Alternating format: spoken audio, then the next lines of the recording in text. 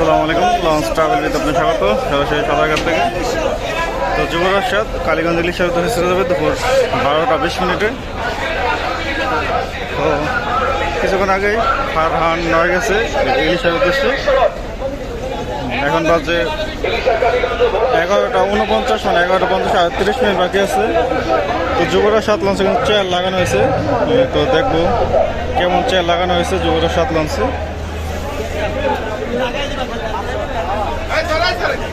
ভান্ডারে ওটা চলাচল করতে হয় লঞ্চটি।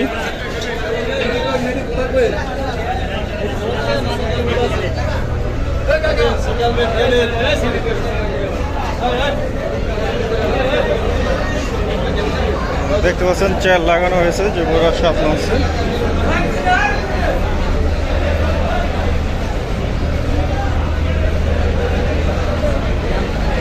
চেয়ারের ভাড়া সম্ভবত 500 টাকা, 400 টাকা কি 500 টাকা, আর ডেকের ভাড়া 300 টাকা।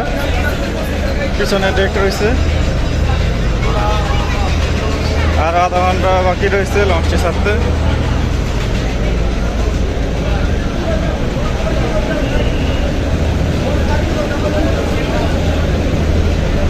যুবরাজ সাত কিন্তু বেশ স্পিড, মানে অনেক চালু একটি লঞ্চ।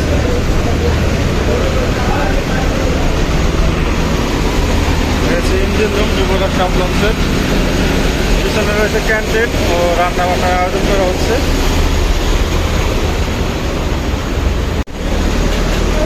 এখন দ্বিতীয়তলা যাব।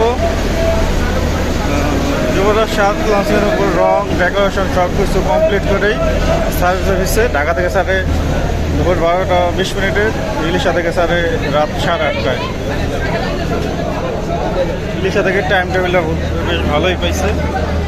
তো প্রতিটা লঞ্চের সিঁড়ি নিচে চা কফি চিপ জুসের দোকান পাবেন, তাছাড়া আলাদা ক্যান্টিন পাবেন।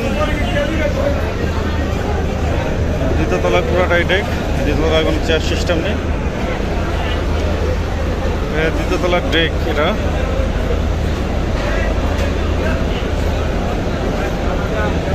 তো এই ছিল কালীগঞ্জ ইলিশা রুটে যুবরাজ সাত লঞ্চের কেমন যাত্রী হলো।